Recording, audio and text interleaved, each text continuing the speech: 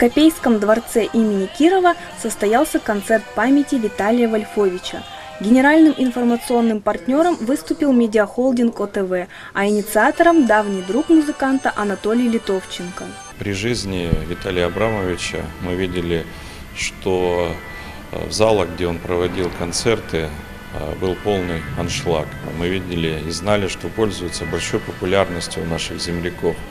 Поэтому, когда не стало этого замечательного человека, мы решили таким образом концертами продолжить его творчество. Концерт собрал полный зал поклонников Виталия Вольфовича. Ни один зритель не остался равнодушным. Все делились своими эмоциями и выражали слова благодарности Анатолию Григорьевичу за организацию мероприятия. Хотелось бы выразить слова благодарности за то, что вход свободный, что любой может прийти, попеть вместе, вот там сейчас пляшут. И татарские песни поют, и русские. И, в общем, очень понравилось. Все позитивно, все хорошо. Я не знаю, как выразить. Все в душе прям такое радостное. Настроение такое вообще. Очень благодарны. На сцене выступил любимый коллектив Виталия Вольфовича «Ветка сирени».